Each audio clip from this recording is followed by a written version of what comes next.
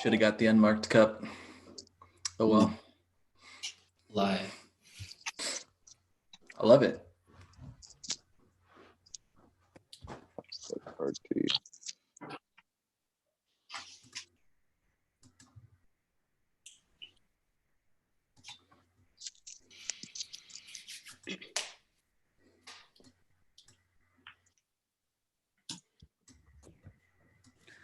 All right, we're live with episode 4 of the Designing Sports Hangouts. We got some new guests today. We're joined by Shalik from the NBA. We got Chris from Ohio State, Mark from the Boston Bruins, and Kevin from Navy football, right? Correct. So we'll just kind of go around and everybody can kind of introduce themselves, tell us a little bit how you guys got to where you are now. And we'll go from there. Okay. Well, I'm Shalik. I'm a freelance designer. Who I have like a few different clients. My main client is the NBA, but I also do work for. I've done work for ESPN, Bleacher Report, the Knicks as well, just different places. So I'm kind of like all over the place, but and I'm really pretty much just been in this world for about 2 years now and looking to build and just get better and better and more clients. And yeah, that's pretty much me. So yeah. Yeah, Mark Majewski, someone was making a joke with me. This is like the 9th one of these I've done like the past 2 weeks. So it's awesome to be here. Appreciate the invite. The thing is, I have a lot of time on my hands right now because even though I am technically the creative director for the Bruins and TD Garden, the arena where the Bruins and Celtics play, I was furloughed about a month ago. So I am starting to voyage into the freelance world, so to speak, just to kind of keep myself sane. But it's this is kind of my first forage into the professional ranks. So definitely a different world working in college athletics for about 10-12 years at Clemson last year and Boston College a bunch before that and a few other stops. But yeah, I'm awesome to hang out with you guys for a bit and I appreciate the invite. Kev, you want to go? Yeah, man. So my name's Kevin Slattery, Director of Football Creative Design with Navy Football. This just finished up my first year there, got there in January of 2019.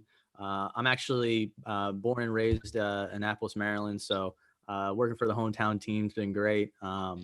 Raised by a Navy family. So, Naval Academy football has been a big part of my life. So it's been really great to kind of to come back and experience the program from this side of things. Before then, I was with ECU football for the 16, 17, and 18 seasons, doing a similar role there. My title was recruiting quality control, but doing social media, graphics, video, kind of, one man band type of stuff. And before that, I'm a graduate of York College. Very cool. What's up? I'm Chris Harizopoulos.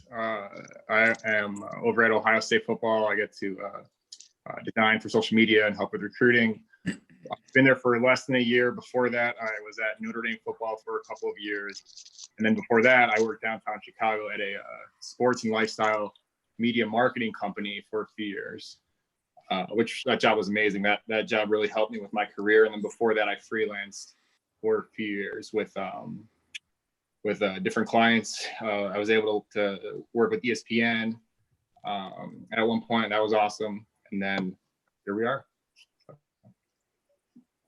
Cool. Well, welcome everybody. This should be fun. I have a question for Chris right off the bat. Being at Notre Dame and then Ohio State, what are some differences between those two, huge schools and huge brands? And I guess what have you learned by being at both?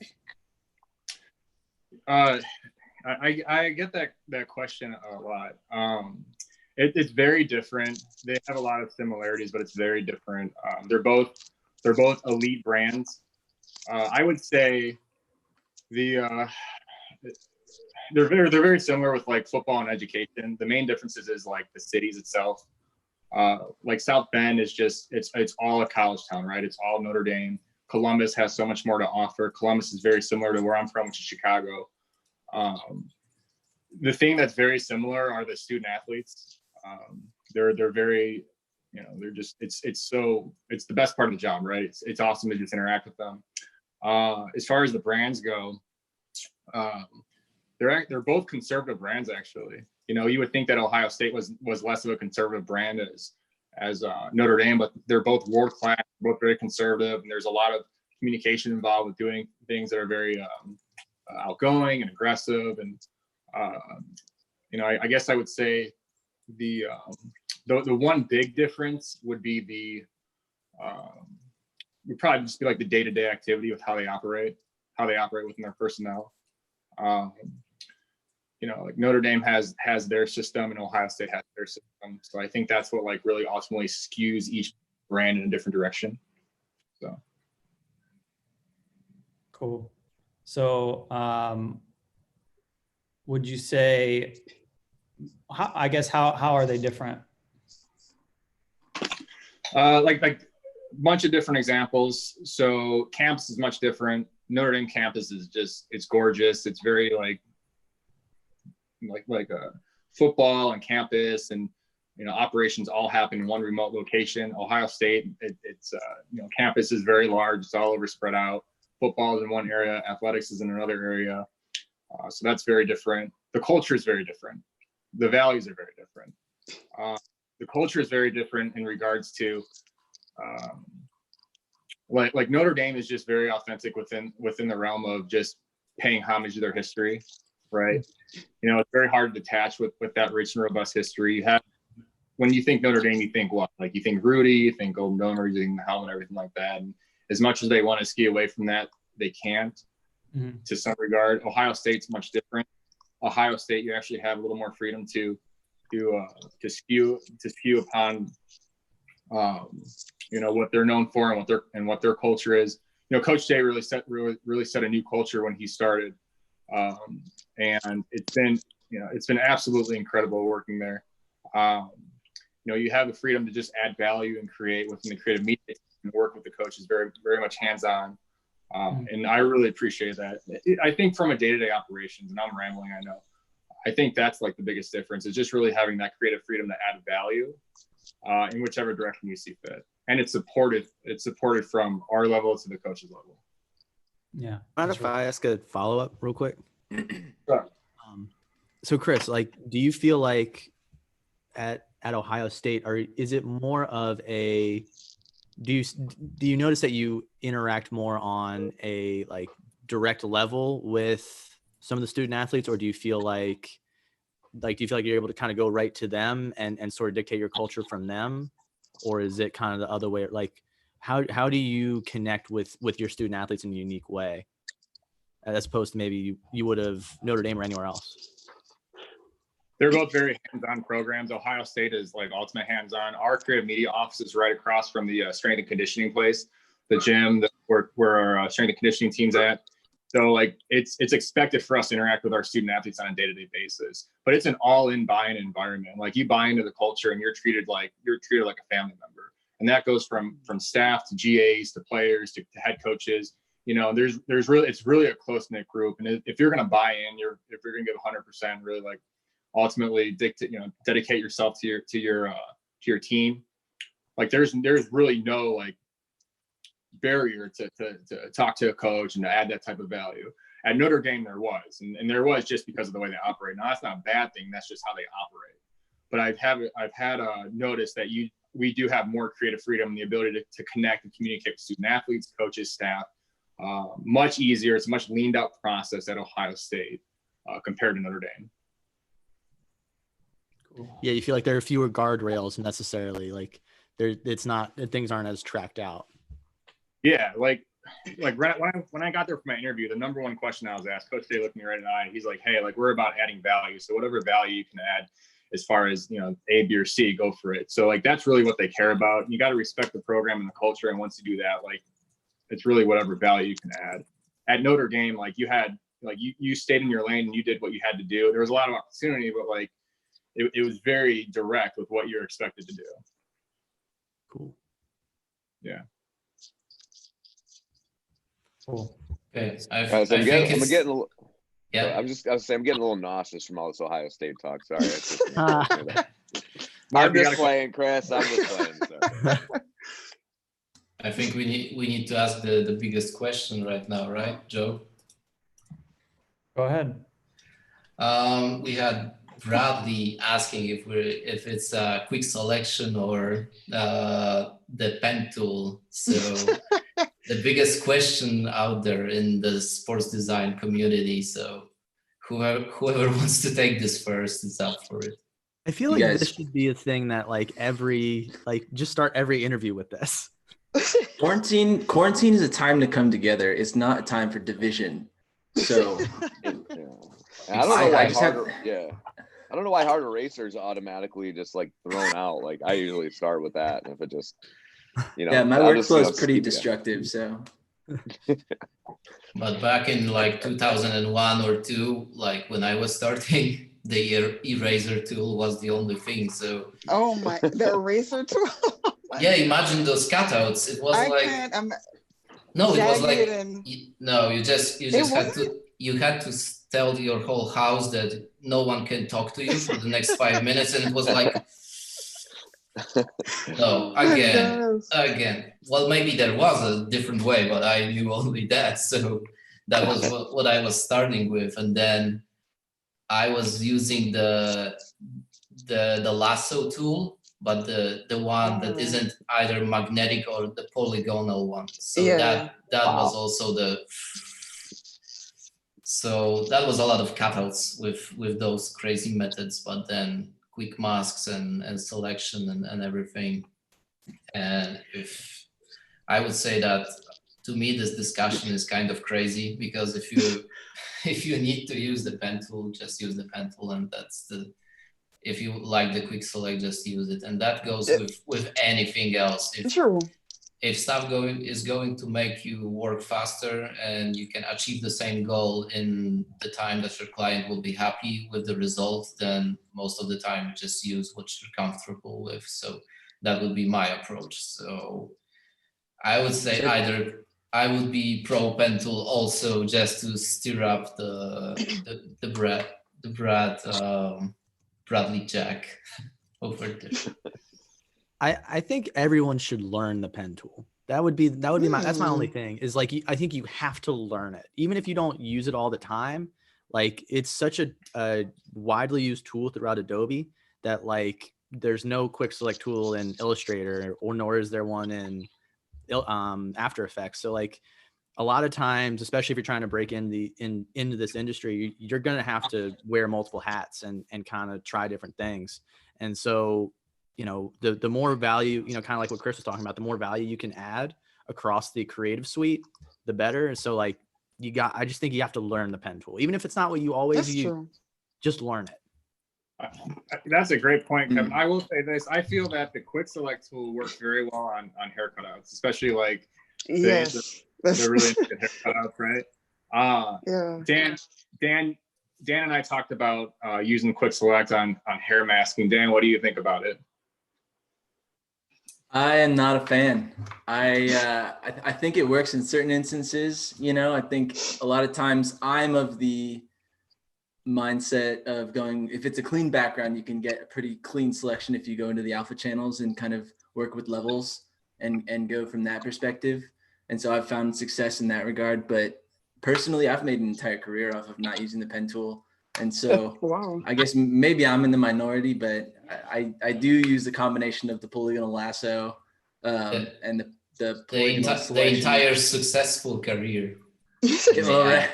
Right. I mean, but also, like you said, with the solid background, you can also use color range, for example, and that's not Color something range, yes. that people are saying. So you can Am do I? that. But color range is good when the background is like solid. right. Yeah, when it doesn't Yeah. like touch hair and stuff. But then Yeah. also for hair cropping, you have the refine tool, right? There's an icon for doing hair. So that's a game changer if someone isn't using that. Also, I saw a tutorial of a guy that was cropping out a bear picture, and that guy used the brush that looks like grass just to do the hair on that bear, and that's a game changer too. So you can look for different techniques and they will work for you, because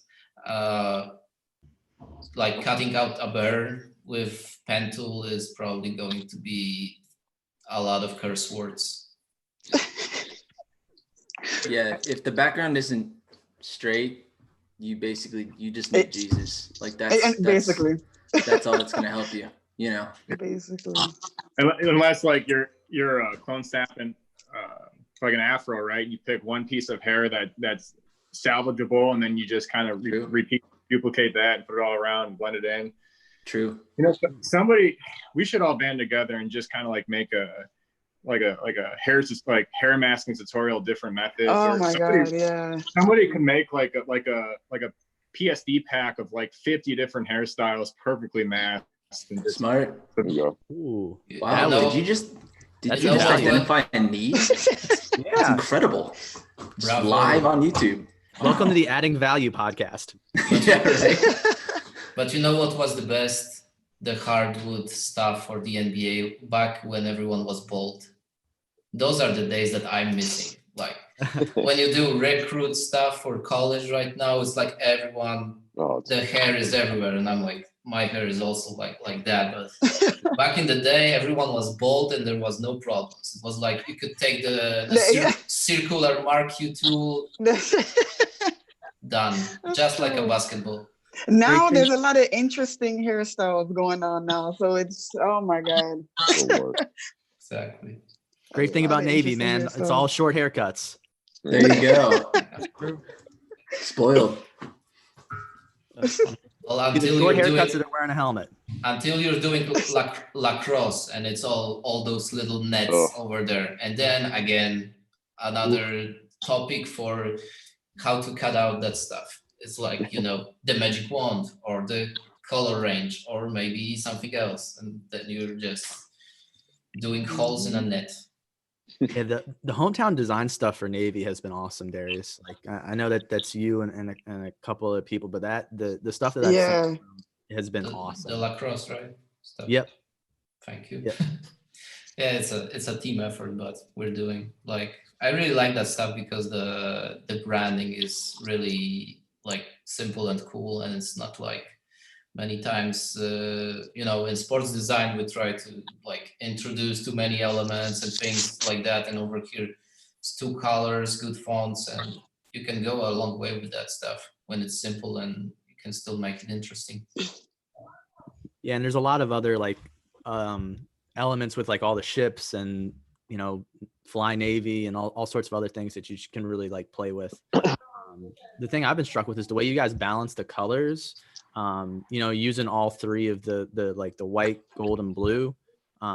That's been really cool. Like I've really like that's been inspiring to me how clean you make it all look without, you know, using the most of the palette without making it look overwhelming. Yeah, like I said, it's a team effort, so there are more designers on it, but when you kind of narrow down the elements and you kind of focus on the essentials, then you can really experiment with different ways of how to communicate with the brand and everything. But Cool. Thank you. This one's for Shalik, and I actually had this exact same question, but this comes from Tony Tucker. He says, in his opinion, you have one of the most unique styles to date, and how did you develop it? So I have the same question because I think I just found your stuff like a year or 2 ago, and I was like, how have I not seen any of this? Like, this is amazing. I have the same question. As well. Okay, great. Same. That you were on DeviantArt back in the day, which like that's where I posted all my stuff. Okay. Yeah. So like, how did you, and then like I scrolled all the way back to your beginning and, you know, scrolled up and followed it, and got, you know, to where you are now. And you always kind of had like that unique style, even when you first started. So just talk about that. Okay, well, first of all, thank you. I appreciate it. And I mean, I do get this question like a lot. And for me, the answer is so boring, but it really is what it is. But it's literally been looking at other designers that I like and kind of taking things from them, but making it my own. Like I take things from a certain designer that I like. I'm like, okay, I like that. Let me incorporate that in my art, but let me do it in my own way. And it's just been hours and hours and hours of experimenting. Like I tell people ask me all the time, how do you get that style? How do you do? And I'm just like, you have to experiment, like do things that no one else is doing. That's my thing. Like I try to, even if you like just look out at like what other people are doing, try something different. Just try different things. And like my style really is just kind of a combination of trying things, just not being afraid to kind of step outside of the box and, you know, follow usual trends. I'll try to step outside of usual trends, like to just develop something that people is very eye-catching to people. So that's kind of basically, it's just been hours and hours and hours and hours in Photoshop just trying things. Like that's really what it is. But if you haven't, that's pretty much basically what it is. That's Crazy. also something for the young people out there trying to Yes. be in sports. Like if you like something, don't copy it. You can actually Yes. ask the particular designer, like, you know, I love this effect, but I would like to do something of my own. But then, you know, it's flattering when you see a design, you can see your element over there, but it's not a copy, because it's Yeah. like you can do the simplest stuff that looks good, and then people just copy it, and you're like, okay, that's not the way you do it. You know, like you said, you got inspired by it. It's just like in hip hop or music in general, when you sample someone's part of the music and then you build up on it, and that's Exactly. like a creative cooperation, but then everyone kind of gets something new out of it. Yeah, for sure. Yeah. And I mean, yeah, because a lot of people like, it's just like you said. And I mean, I feel like everybody has their own unique thing to contribute. And it's like, I don't want to tell you exactly how I do it, because I don't want you to, like you said, to just do what I do. I want you to find your thing, like what's your look, like what's your style? Because everyone has their own unique style for sure. Yeah. Your use Absolutely. I'll say this: your use of colors is just Thank you. incredible. It's incredible. Unparalleled? Can we say unparalleled? I think Oh, we can God. say unparalleled. No, honestly, it's one of the most. It's very bold and unique, and it's unparalleled. It's incredible.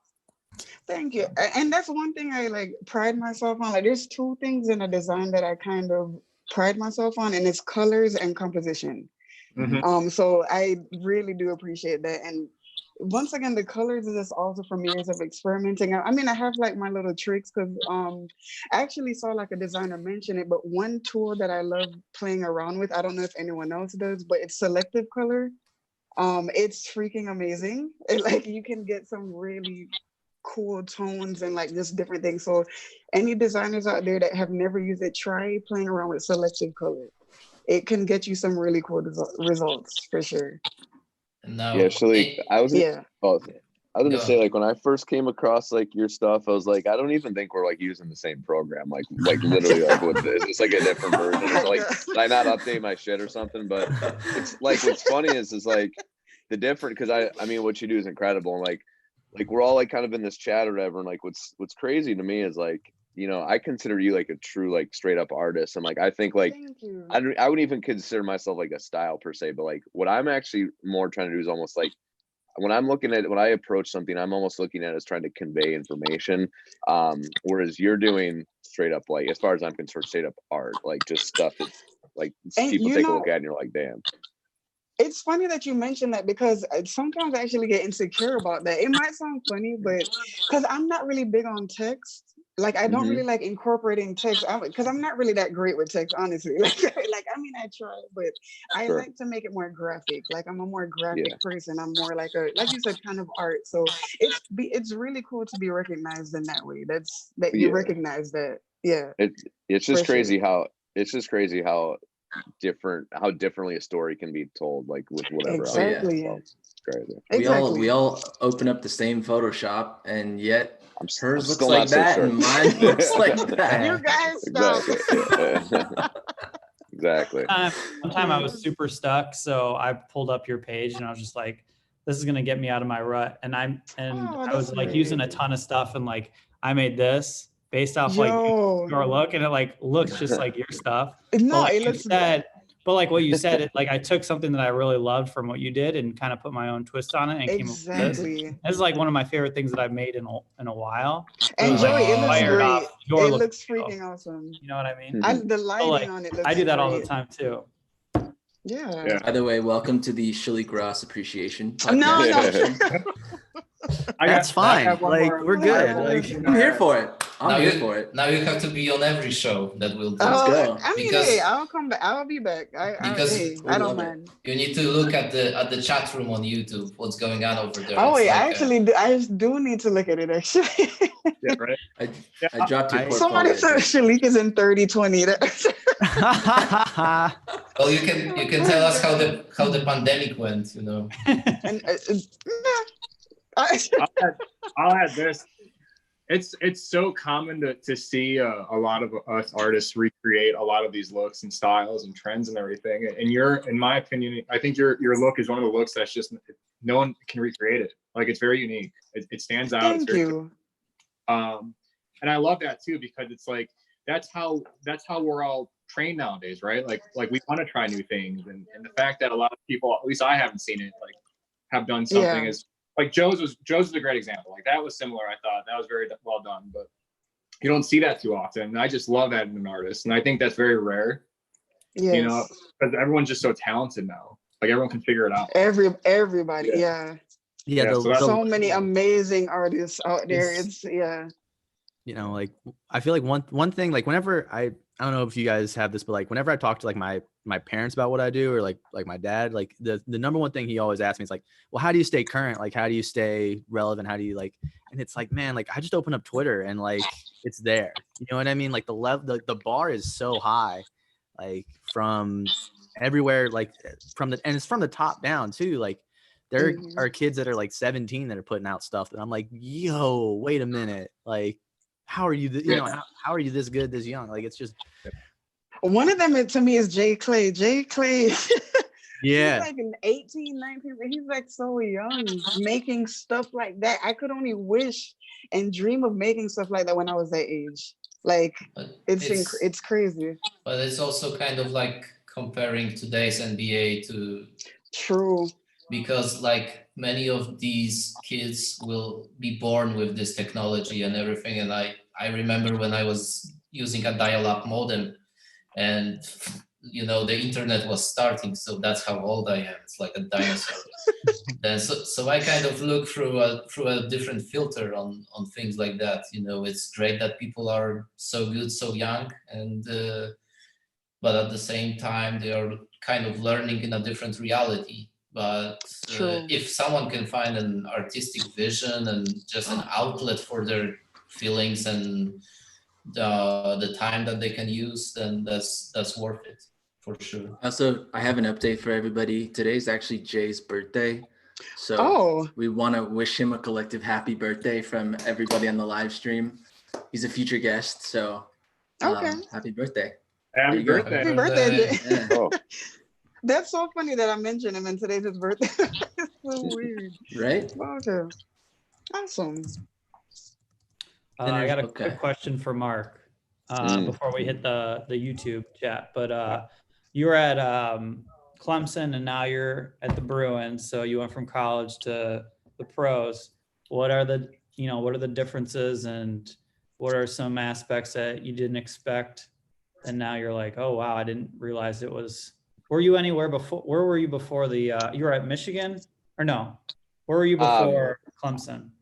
I went to school in Michigan, henceforth why Chris's presence and even you, I believe, are in Ohio, are both kind of making me a little like queasy or whatever. But yeah, no. So before that, like, for those that don't know, like, I was at Clemson this for year last year, and I was at Boston College for 5 years before that, and I was actually at Northeastern University, which is also in Boston, for 4 years. Worked at Syracuse for a bit. I've kind of been everywhere a little bit, but a majority of my career has kind of been in the SID field as like a sports information PR type person. And that's why Shalik and I styles are so different, because I don't know the first thing about freaking art. I know how to like pretty much write a press release and do game notes and a bunch of boring stuff like that. And I was kind of, drawn to the more visual side of things once social media, really took like the forefront of the, your kind of your front lines of communication. And I don't know, man. It's a good thing I'm not drinking, at least not yet, because I could probably ramble on forever about the differences. And frankly, I only have about 8.5, 9 months of professional or working with a professional franchise under my belt compared to about almost 12 to 13 years in the collegiate side of things. And I think that, Wow. I don't know, man, I think one of the biggest differences is that what's funny is collegiate, at least what a lot of marketing and communications staffs are trying to do is prove their value through almost like almost monetizing some of what they do through some sort of like corporate sponsorship or things like that, landing, this is the, Toyota, whatever score bug of the week. Like, whereas the pro side of things, a lot of those things are already in play. And unfortunately, a lot of your work sometimes is almost dictated by those pre-made sponsorships. You know what I mean? And I learned that with that, there's a little bit more red tape, so to speak, a few more hoops to jump through. And sometimes your work or your creative process, so to speak, is a little bit more, a little bit more windy or jostled, just because there's a lot more people that have to okay projects, so to speak. When I was at Clemson, I was very fortunate to, not only was I doing a good amount of the digital design stuff and some of their print pieces as well, specifically for football, but I was also doing a lot of the social media, so to speak. So a lot of what I was designing was kind of going in tune with my voice, which was very helpful. But with the professional side of things, right now I'm doing a lot more like project management, man. Honestly, I have 3 designers that worked, should I say, for me for the time being. So a lot more delegating projects, kind of making sure that everyone's getting what they're needing. It's almost kind of like playing quarterback a little bit, instead of actually, like, I'm still doing projects here or there, but I there's a lot more creative elements I'd love to try and be a part of, but there's just such a heavy volume, because at a place like Clemson, you're kind of worried about the football program. At least in my role now is kind of it. With the Bruins, I'm worried about community relations, corporate sponsorships, marketing, communications, all these different sorts of things. So you're kind of stretched a little bit more thin. I try and make sure that there's 1 or 2 projects I can really dig into to make sure that my creative juices are flowing, so to speak.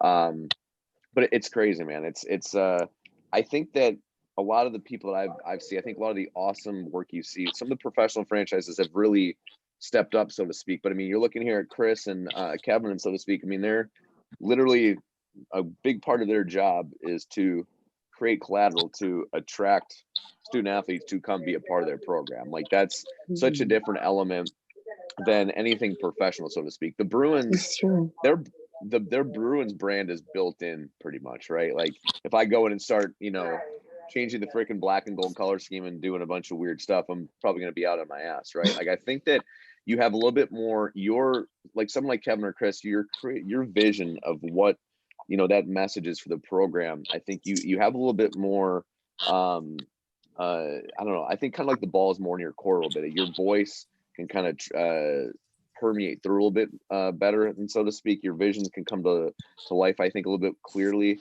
than what it is maybe on the professional side. And that might not be the same case. I've learned that every professional organization is even more different than one or the other than I even thought in college. Like, college is very different, whether it's number of staffs, resources, human resources, tools, whatever.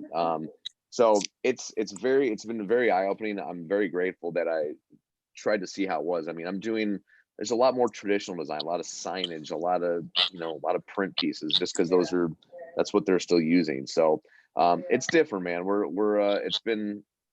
It's been a learning curve for sure. And it's been kind of good to be humbled a little bit as I'm nearing, like, feeling like I'm 80 years old these days. So it's good. Yeah, it's definitely different. I've never worked in the college atmosphere, so I've always been pro, but there's, like, I probably post 2% of what I make. Right. Like, you just make so much stuff that never you really want to post or is interesting enough to post, but there's just so much stuff that definitely, people don't even think about. And it's a lot of, the corporate stuff, like you said, ticket sales, emails, being prepared for different initiatives that they're going to put on. So definitely. Well, imagine doing NBA social and getting Shalik's artwork in there as okay, so we need this, and I'm like, okay. Oh, oh my gosh. That's Hey, how I Mark. feel about Tyson. Yeah. Oh, that's how I feel with Tyson, honestly. But yeah. Sorry, I just had to say that. But yeah. Mark, I got a question for you. Do you Yes, sir. first off, I think your social animation was ahead of its time. I think that it was art. I think your wallpaper art, you know, in Notre Dame and at Ohio State, like I was always impressed how fast you can churn out high quality content. And you're saying that it's much different at what your current position. So do you have an outlet where you can express yourself in a similar way that you had Clemson and college? Like that's something that you're really like is it in freelance? Is it in personal design? Like is there an avenue for you to express that? It's a hell of a question. So going back to like this speed sort of thing, which I appreciate, a lot of what I was doing at Clemson was like in game. In fact, you were sitting pretty much where my hamper is back there. That's where your back was, if you remember, in Dallas. It was me and you, Notre Dame, Clemson, back to back. But like as we're churning stuff out as the game's going on, quick. And in those instances, I think you're looking more to just kind of get content velocity out. So right now, yeah, man, the two things that I'm kind of able to put my personal spin on or touch on from the Bruin side of things is like kind of a game day thing that, you know, has as a Ticketmaster sponsorship. And that's where I try and do some sort of animation type aspects. And then, you know, Walmart does our hashtag wallpaper, very cute, Walmart wallpaper Wednesday. So that's kind of the two things where I have a little bit of wiggle room in terms of just trying to do something that's not, as Joey mentioned, like a 600 by 330 email graphic that really, it's not that it doesn't need to look good, but it's not a creative piece. It's nothing you're going to toss in your portfolio or tweet out, you know? So those are the things. And as now that I have a lot more free time, it's been really cool working with a few different people here on the side and kind of I got back into After Effects today probably for the first time in like 3 weeks. And man, I got my ass handed to me real quick because you got to stay fresh on these things, you know? Yeah. It's like riding a bike or you know, playing golf every day. It's you got to it's like muscle memory for sure. So Yeah. I've been trying to do a lot more, Chris, you know, like just messing around stuff on the side and you know, just kind of exploring and trying to, as Philippe said, like seeing obviously what the trends are, but really, you know, trying to stay away from the rusty CD with sticker album look. That's like those are things that like, hey, it looks great, but like that doesn't necessarily differentiate myself from anything else. So just trying to, you know, showcase things that I might be able to offer, you know, down the road. But always like, man, after like when I learned that I was getting furloughed, you know, as all the emotions kind of sink in, you're like, God damn it. The first thing that I was like, what, I don't know what am I gonna do from a creative outlet standpoint, just because, you know, those ideas, I know a lot of people have been struggling with creativity these days, and understandably so, as you're stuck in your bedroom in the same place, you're not really interacting with anybody, which has been certainly a huge change for me. But yeah, I think it's a time right now for all of us. I think you really got to push yourself. Like what Dan's doing right now with his daily stuff is dope as hell. And like, it's just, these are the times right now, like it's kind of cliche to say, well, these are the times to get better. Like, sure, it definitely is, but like, you got to worry about yourself and your family and your health first and foremost right now. Yep. But if you find yourself able to do something unique and different, man, like there's no better time. Like for me, I keep saying I'm gonna do my portfolio, and I haven't touched it. Like I'm weirdly been keeping busy with other stuff, but got to get those. If you can get those things done that you've been saying you're gonna get done, like even a portfolio or a website, Chris, like is a pretty good outlet to get creative. Like my Behance sucks. Like it's just a bunch of huge JPEGs that people have to scroll through. I'm like, this looks terrible. Like it's probably something I should probably do something with that. Yeah, but do you feel as an artist though you put too much pressure on yourself for your portfolio? 100%. But like I mean, I've seen websites and portfolios, even Behance pages that are works of art themselves. I'm like, damn, that must have taken a long time, just the way they're presented, right? But and that's an outlet itself. But yeah, man, it's been good. I mean, I'm interested. Have you all felt the same way about that? Like, how's it been for you all?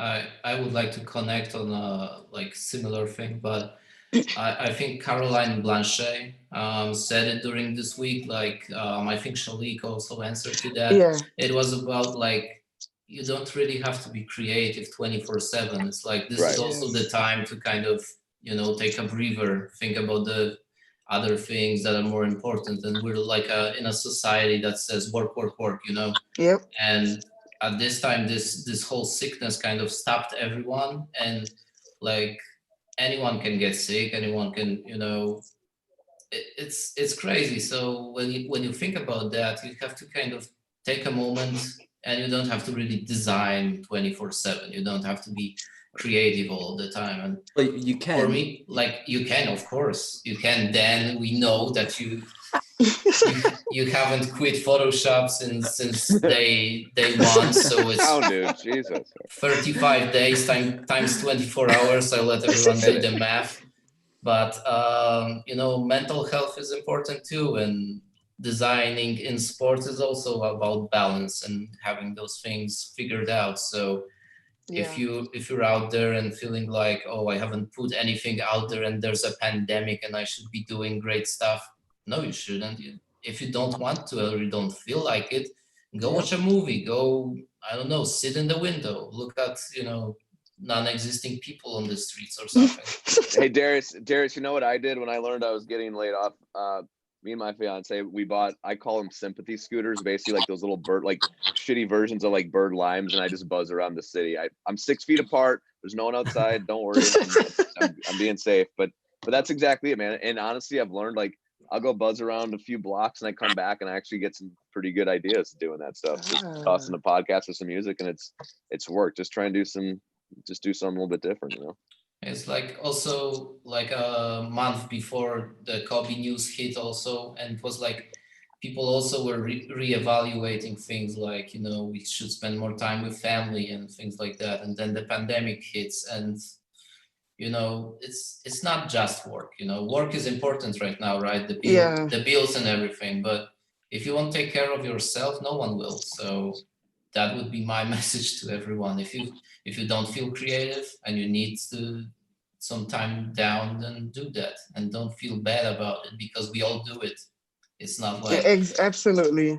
I completely agree, Darius, because I, like you said, I sent out a tweet earlier this week. Because me myself, I've been struggling with creating. Like, I've been not feeling the most productive and the most inspired right now. But sometimes you have to take a step back and say, look at the world. Like, look at what's going on. It's okay to not constantly be producing and producing and producing. Like, no, take some time to yourself to like really woosah and come back and as you guys were mentioning, do something else, go outside, play some video games. For me, I play a lot of video games. Like, that kind of takes my mind off of things. So it's like, just find something else to do for a while until you feel comfortable to go back to art. I heard on a podcast, I think it was, I know the podcast was You Made It Weird by Pete Holmes. I don't know if he's the one who said it or not, but creativity is like breathing. Like, you need to inhale in order to exhale. So like, yes, like, respect that part of your like the downtime is a part of the creative process. Like, and that can kind of be a hard thing too. Like, during the football season, you're in such a like rush, get it out. Like what Mark said, content velocity. It's like, we just got to put as much stuff out there as possible. So when you get those opportunities to sort of rest and to inhale, it's a critical part of it. We put so much pressure on ourselves as artists just because we feel like we have all this time to learn something new, when really it's not any additional time. It's just like, we still have our day-to-day, and because of that, like, it's compounded pressure, right? Like, it's unfair compounded pressure that we put on ourselves, and that interferes with our creativity. And I agree with everyone. Like, your physical and mental health and your emotional state is really the most important thing. Like, I think it's okay for people to allow themselves to take a step back and not get caught up with the FOMO, right? Like, it's fine, because when it comes down to it, if you just pay attention to your health and pay attention like what's in front of you, like, you're going to do great things. There's so much opportunity out there. There's so much opportunity to take advantage of. There's always going to be a new fad, and it's okay to like take a step back. And a lot of us experience that, and just starting off in the industry, like, that's something that we all are a part of. So like, I think that's an important reminder. And Darius, like, it was well said, Shalik, it was well said. And, Kevin, I agree with you 100%. Yep. I guess I'm in the minority then. Well, show us, like, do this, and I'm sure there's a Superman cape in there. Yeah.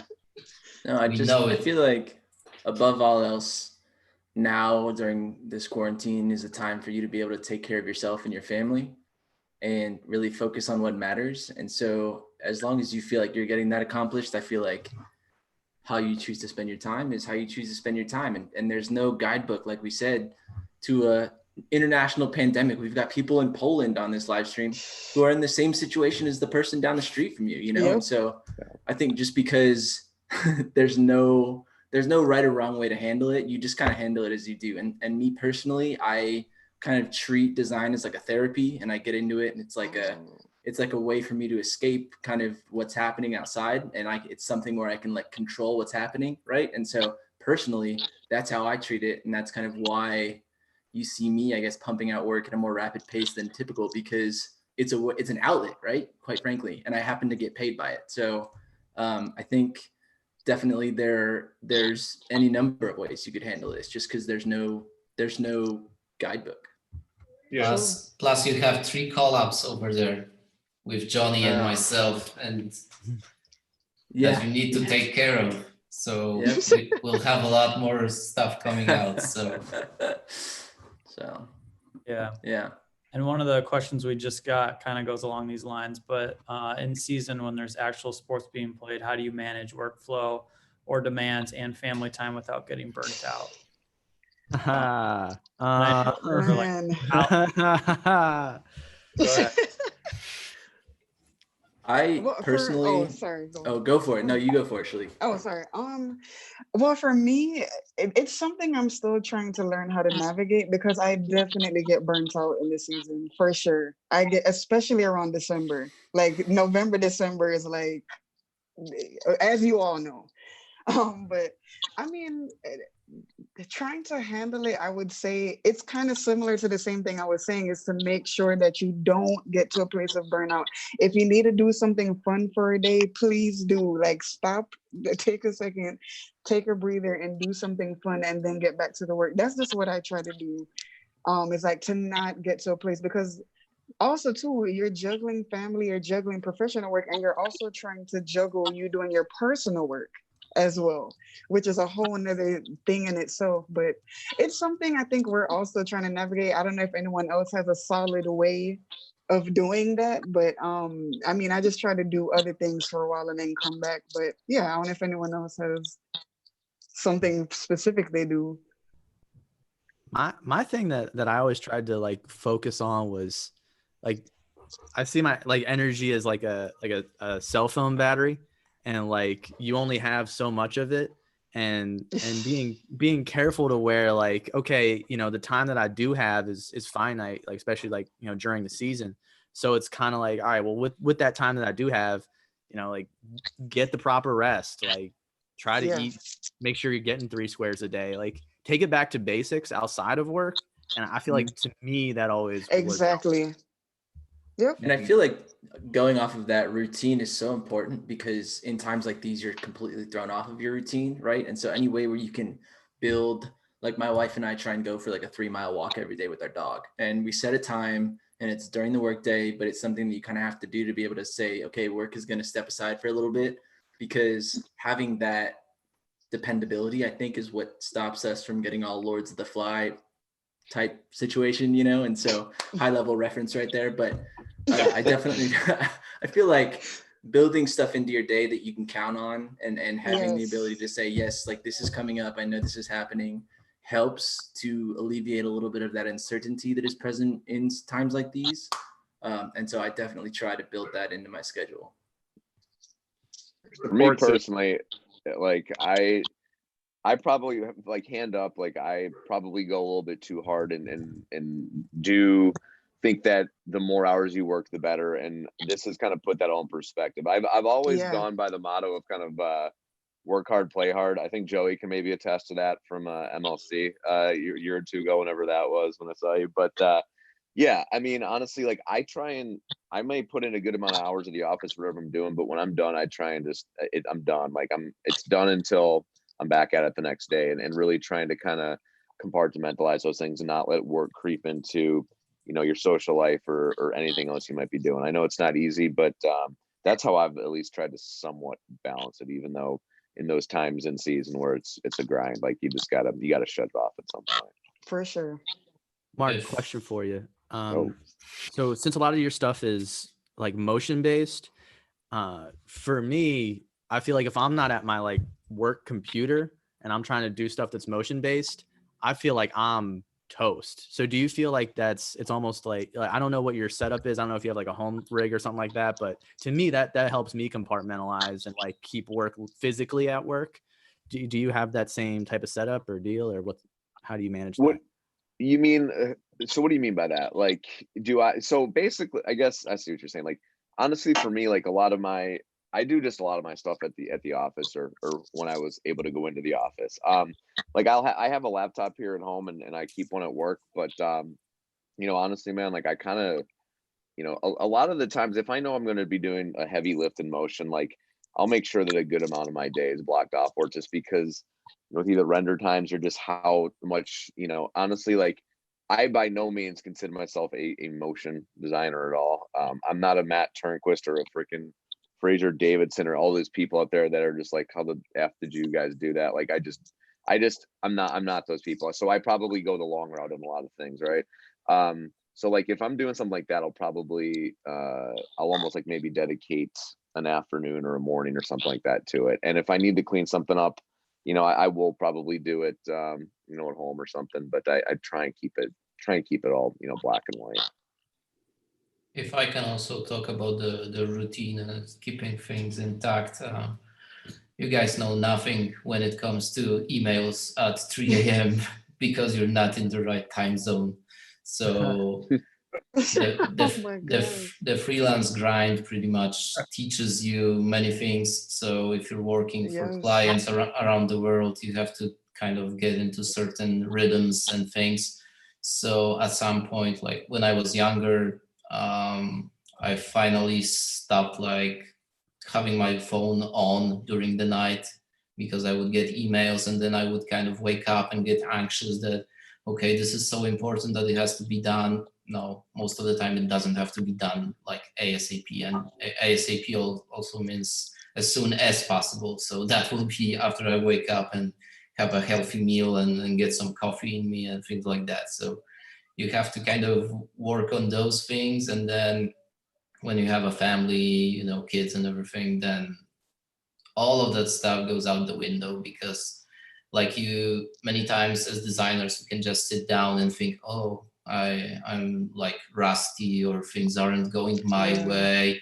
Okay, maybe in an hour they will be, etc. But if you have a kid, then it's like, okay, I got 20 minutes, let's go. And you just try to design something that your client gave you. And like, I would say that there is no like the golden rule or anything. Everyone has to build that routine their own way and kind of create their own best version of it. But I would say it's just like everyone had some good points about this. I always we're sports designers, so the athletes are pretty much the best example. They also need the downtime. It's not always game time. It's not always training.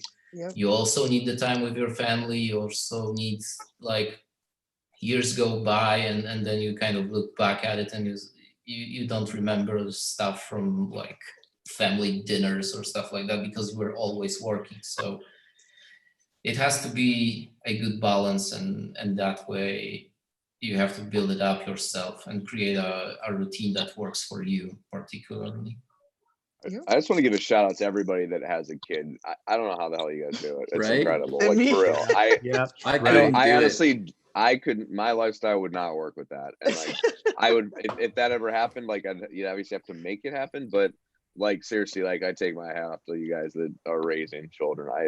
No, I seriously, agree. like, to me, the most Yeah. impressive thing ever. I agree. I Thank can't you. manage a 'Cause I- pet right now, man. Like, Yeah, for real. No, same. Wait, Like, I don't have, say that on live.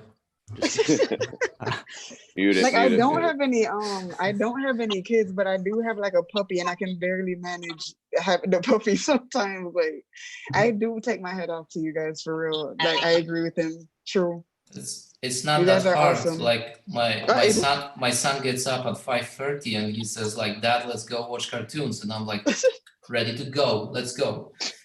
And it's just like that, it's the power is in there. Like yesterday he was going to sleep and he said like, where's my keyboard? Because he has like an old keyboard and he says that he's going to work just like daddy.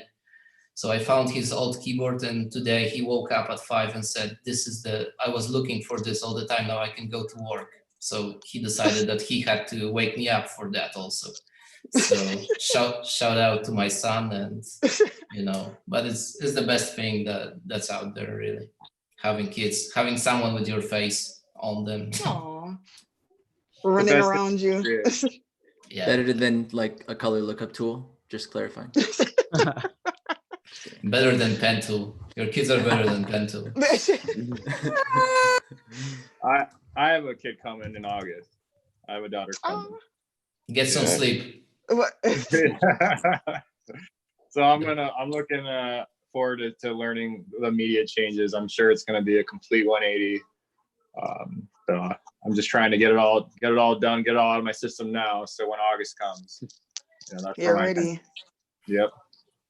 So. Yep. Cool. We got another question. Is there some sort of UX industry in sports design? I'm looking to get into design and UX and hoping to combine the two in the future. So for me, I actually work on our digital team. So, in addition to designing all that stuff, I also code the website, design the interface of it, all that kind of stuff. So there's definitely a spot for it. Everything's moving digital, whether it be apps or website or, your mobile, everything's on your phone. So that stuff is only becoming more important. And I know with our app, for us, we're putting a lot into our app. So, doing UI and UX on the app has become a bigger part of my job than it was even a year ago.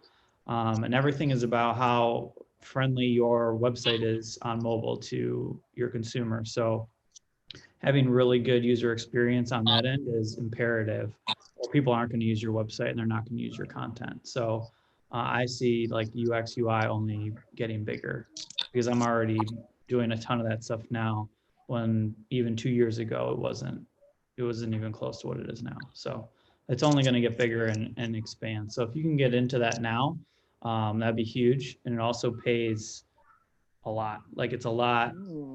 From a design standpoint, being a UI UX designer pays a lot more than just, a graphic designer. Just go ahead and ask Will Trogdon, former Designing Sports Livestream cast member, because he actually made the transition from sports design into UX design. And I was talking with him the other day and he said, man, it is nice on the other side. So just throwing that out there. I mean, Joey, like, would you say that that's like a super like niche role though, or is there more of those types of people like yourself out there? Like, are you like a complete dime a dozen? It's just Joe. Just Joe. Yeah. Are you the only one? Just reach out to him. Yeah. 60 I don't grand know. an hour. Yeah. I don't know that there's a lot of design and like code people. Yeah. I think every designer should know how to code though, because it can be super helpful for you just to, expand what you can do at a place. And everything's moving that way. So print's super important, but in the future, how many things are really going to be printed? Like for our arena, everything before we renovated it, we had posters everywhere. Well, all those posters and all those frames got replaced with TVs once we renovated. So now everything's digital and everything is, like how can we project a web page that we created onto one of these frames to showcase moving artwork for an ad for a game or something, So everything's moving that way. And I think the people that know that space are going to have a leg up on the people that don't. I feel like that's one thing that like pro sports teams have a little bit of an edge maybe in the college space on, is that having that in-house coding element. I don't see a lot of that throughout, and maybe Mark and Chris who've been at bigger places might be able to speak to it, but I haven't seen that much in the college space. And I feel like typically like a lot of different digital media trends will just from maybe this is just me having blinders on, but it feels like it trickles up from like a recruiting space up through the rest of college athletics and then over to pro.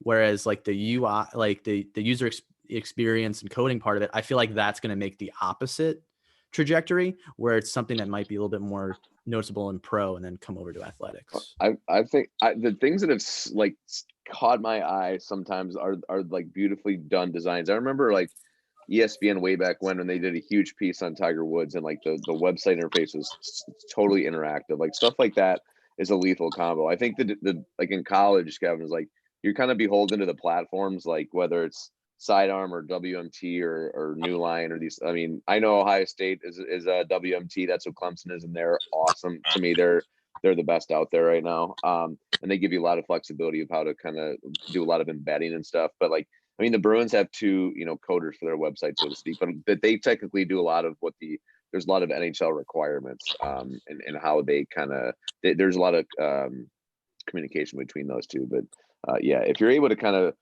mix in killer design with UX animation, things like that, like oof, you can do some really unbelievable things.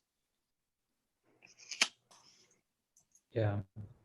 And I think for colleges specifically, like everything's on social right now. I don't know if it's ever going to move to sites or apps. I think it should, because the possibility there is untapped.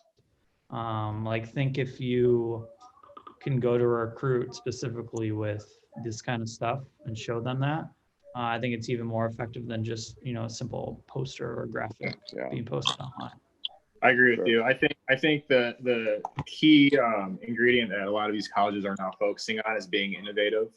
They're focusing on innovation. Like Notre Dame created an innovation design team just to hone in on like that space, right? Like how do we, like being at Notre Dame, like what's the purpose of how you can create new content, new avenues for recruits to experience that they haven't seen before.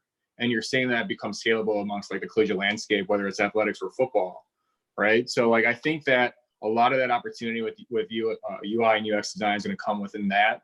I think Mark and Joe, you guys are exactly right.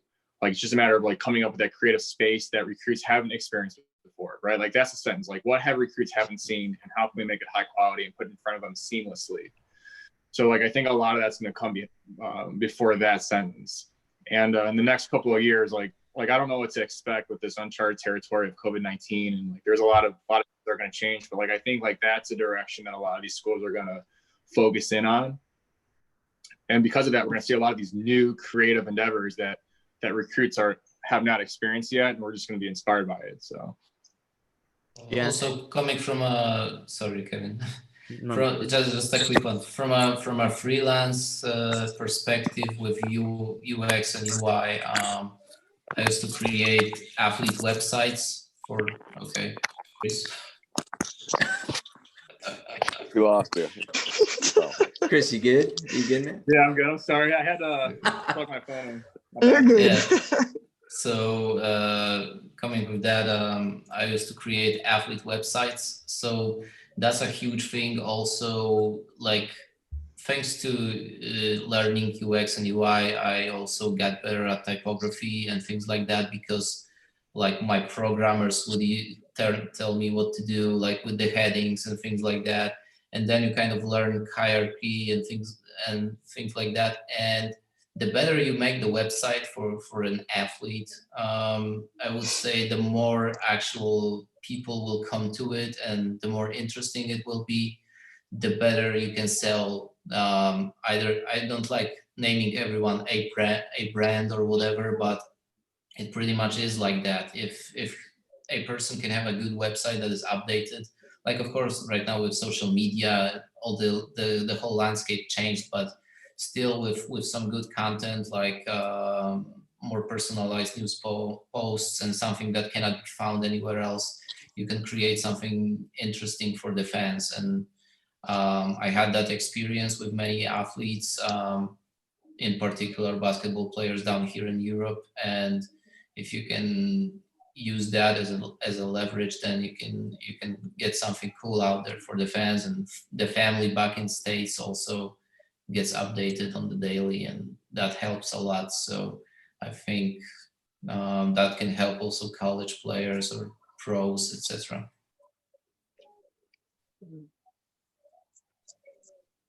Kevin, did you want to say something or no? No, I'm good. I had nothing. I'm Cool. good.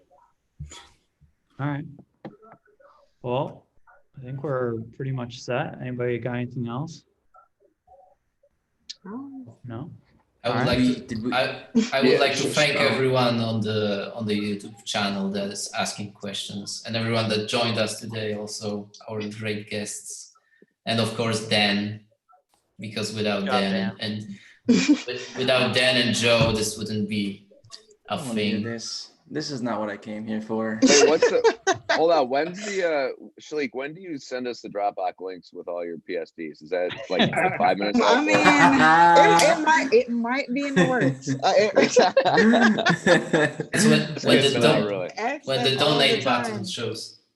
Yeah. Yes, Just I get start no on seriously. I get Facebook. asked all the time. Yeah. It's You miss 100% of the shots you don't take. Hey, Hold on, I got a quick. Michael Hey, Scott quick said question. Joey, what do you think of the Browns uniforms? that. Oh, I love I think Pretty they're good. really good. They're much better I than think those they piles nailed- of garbage they had before. Yeah, I think they nailed it. They're good. I They're very wanted good. orange pants, but I've heard rumors that there's going to be orange pants. Did they not do So- orange pants? No, they didn't release Wow. them. But like their head of marketing or business or something hinted at it happening later. So we'll see. Yeah. But yeah, I love it. I think it goes back to what they are, their roots, and a lot of fans are obsessed with it. So Yeah, they're awesome. finally, after 5 years, thank God. I feel like we've seen pretty much all of the uniform reveals, save for the Falcons, have really kind of done that, like that we've seen so far, right? I mean, I like the Falcons uniforms. why. yes. No, that's a just genuine kidding. question. Why? Oh, No, just- okay. Never mind. Okay. No, we spoke about it in one of the last episodes. It's like the whole process of getting those things done. It's like I won't judge that. Like it's too big of a thing to pull off, and yeah, that's enough for me. Yeah, there's a lot of factors that you don't know what went into Right. all of it. But does that I excuse actually love bad their- design? What's that? I said, but does that excuse bad design? Who are you to judge, Oh. Dan? I'm I speaking think generally I think here. It's fair to judge it, but I think that's like, but I don't think it's. I don't want to say that. I don't think it excuses bad design. I think it's what causes it. Ooh. Right. Like that's kind of my thing is like I feel like a lot of like great creative ideas kind of die in the revisions, and it kind of you start and that's why I don't judge the designer. I don't think the designer did a bad job if the project turned out a certain way. I think it's kind of more a condemnation of the process, right? Where a lot of times with a lot of projects that are unsuccessful, be it creative or not, it often fails because you have too many cooks in the kitchen, or you don't have like a firm grasp idea. Like a lot of us, like True. we make a graphic and then we might send it to one or two people and then it's out, whereas with this uniform, you have so many people who are non-designers, who don't care about design, who don't even think visually, weighing in and making final decisions. And so like, that's why I think it's absolutely fair to critique any design, like the whole point of what we do is to look at something, judge it, and formulate something. Yeah, but we can do it in a constructive way, right? Like okay, why do we hate it? Well, everyone can say like, I don't particularly love the shadow on those numbers, and to me they're too big. So that would be my take on it. But also at the same time, I'm not a big fan, that's a bad word, but the football uniforms, to me, I don't really get excited about that. Maybe it's because of a different culture or whatever, but it's not huge. So cute. Sorry. Wow. And that's a good uniform down there. That's it. Got a puppy on the live stream. Yeah. All right. I got distracted for a second. I'm glad Chris waited until the end to bring the dog out because Yeah, there's what no the hell, dude? stop this. He's ready to So go. He wants to go out. adorable. I actually saw a graphic that was like the live stream bingo, and it was show your dog and talk while other people are talking, and then someone freezes and then someone goes offline. So we have some of those things We've hit 'em all. crossed out. Definitely. Cool. Well, I appreciate everybody jumping on with us. It was definitely a good No discussion. problem. Probably go for a lot Thanks, longer, man. but Thank you. we'll stop it there. Thank you. Yes, thank you Thanks for everybody having for us. watching. Thank you.